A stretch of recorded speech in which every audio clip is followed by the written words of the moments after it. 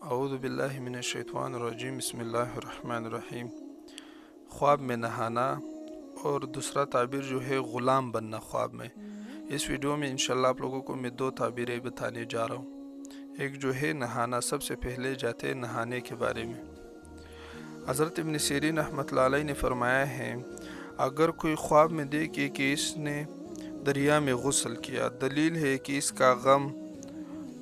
کم ہوگا، اور اگر بیمار ہے تو شفا اور صحت پائے گا، اور اگر قرضدار ہو تو قرض سے سرخرو ہوگا اور خوف سے امن میں رہے گا، اور اگر قیدی ہے تو خلاصی پائے گا،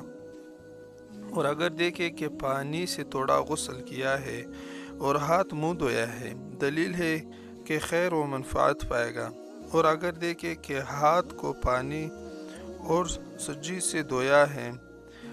اگر دوست رکھتا ہے تو اس کی ان سے جدا ہونے پر دلیل ہے، اگر دیکھے کہ اس نے غسل جنابت کیا ہے،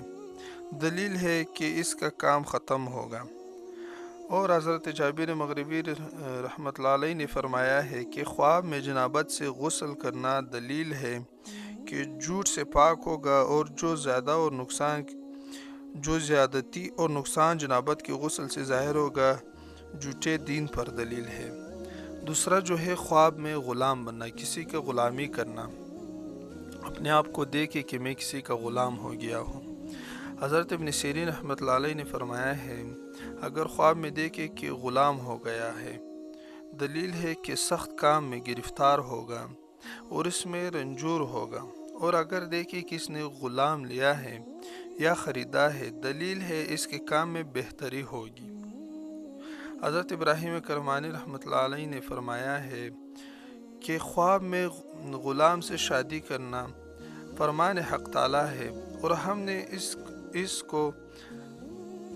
بردبار غلام کی بشارت دی ہے۔ حضرت جعفر صادق رحمۃ اللہ علیہ نے فرمایا ہے،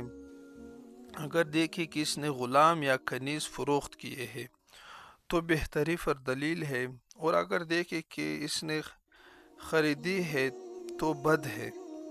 اور غلام اور کنیز کی فروخت سے اگر سونا یا چاندی لے تو تعبیر میں برابر ہے۔